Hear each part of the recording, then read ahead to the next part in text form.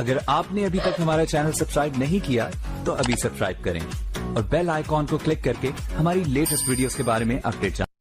अल्लामा ज़ैद अलैहि रहमत व रिदवान इमाम ज़ैद फरमाते हैं कि मेरी आदत थी कि मैं कब्रिस्तान जाता था, और कब्रिस्तान इसलिए जाता था कि वहाँ जा कर के मैं थोड़ा सा इबरत हासिल करूँ।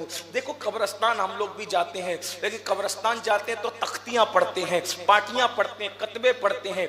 हालांकि कब्रिस्तान जाने के लिए ये है, कब्रिस्तान जाओ तो थोड़ा जा कर के कब्रों के पास बैठो और इबरत हासिल करो। देखो मज़ारात पर तो हम फैज़ लेने जाते हैं, लेकिन इबरत के लिए कब्रिस्तान जाना चाहिए। मज़ारात पर आप इबरत नहीं हासिल कर सकते, क्यों? वहाँ अनवार व तजल्लियात की इतनी बारिश होती है, वहाँ जो है वो आदमी देख करके ना उसको वहशत होती है ना दहशत होती है, बल्कि वहशत वाले दिल को सुकून मिल जाता है, वहशत वाले दिल को करार मिल जाता है, बेचैन दिल को चैन मिल जाता है। क्यों? इसलिए कि कुरान कहता है इन्ना रहमतल्लाहि करीबुम मिनल मुहसिनीन, कि बेशक अल्लाह की रहमत मोहसिनीन यानी वलियों के करीब है, नेक बंदों के करीब है। जहाँ रहमत बरस रही हो वहां वहशत कैसी, वहां दहशत कैसी, बल्कि वहां तो सुकून मिलता है, वहां तो करार मिलता है, वहां तो इत्मीनान मिलता है। अल्लाह वालों के आस्ताने पर दुआएं कबूल होती है। फैज लेना है तो वलियों के यहाँ जाओ, और इबरत हासिल करना है तो कब्रिस्तान जाओ। थोड़ी देर आंखें बंद करके सुकून से बैठो या आंखें खोल के बैठो, सोचो इस कब्र के अंदर कोई तो सो रहा है, वही सो रहा है। कभी कोई फुटपाथ पे सोता था, यहाँ सो रहा है, कोई महल में सोता था, यहाँ सो रहा है। फुटपाथ पे सोने वाला और महल में सोने वाला दोनों की कब्रें बाजू बाजू में है। ऐसा लगता है दोनों सुकून से है, लेकिन पता नहीं किसकी कब्र जन्नत के बाग में से बाग है, किसकी कब्र जहन्नम के गढ़ों में से गड़ा है, कुछ भी नहीं पता। लेकिन दुनिया दुनिया दुनिया में इतना मसरूफ हुआ इंसान, आखिरत भूला, कब्र भूला, हश्र भूला। आज लोग इतने बेबाक है, कहते हैं मौलाना जो होगा देखा जाएगा। अल्लाह अकबर। वहाँ सिद्दीक अकबर की आंख में आंसू है, फारूक आजम की आंख में आंसू है, बल्कि सहाबा कहते हैं अल्लाह के रसूल अलैहिस्सलाम भी एक जनाजे में तशरीफ ले गए तो इतना रोए कि दाढ़ी तर हो गई। हमने कहा या रसूल अल्लाह, कब्रों को देखकर आप भी रो रहे हैं? आप गौर फरमाइए, अल्लाह के रसूल से कब्रों को देख के हुजूर आप भी रो रहे हैं? हुजूर का ये रोना तालीम उम्मत के लिए था, वरना कब्र क्या चीज है? हुजूर कदम रख दे तो वो कब्र जन्नत के बागों में से बाग बन जाए, यही तो है।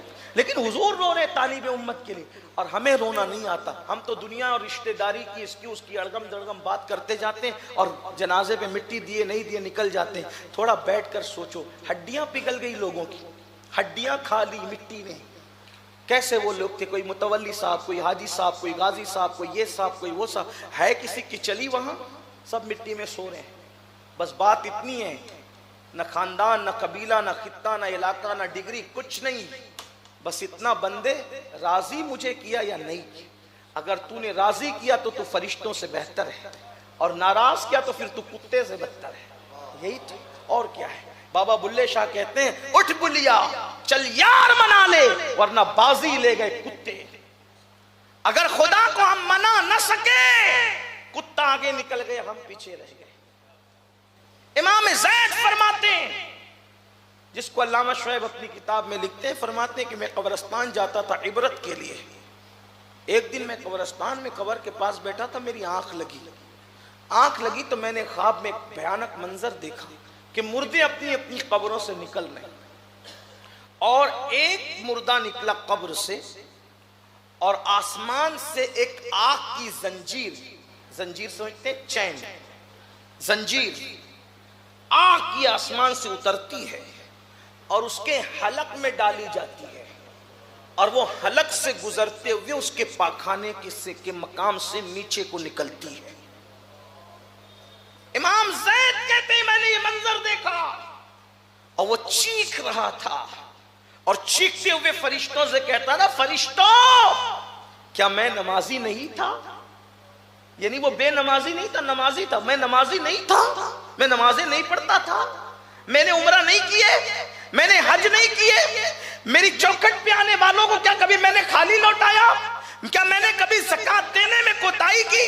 वो सारी नेकियां गिना रहा था, वो कुरान की तिलावत गिना रहा था, वो रोजों की कसरत गिना रहा था, वो नमाजों की कसरत गिना रहा था, वो हज और ज़कात के तस्करे कर रहा था। जब सारी नेकियों का जिक्र कर चुका तो गैब से आवाज आई, फरिश्तों इससे कह क्यों नहीं देते कि तू तो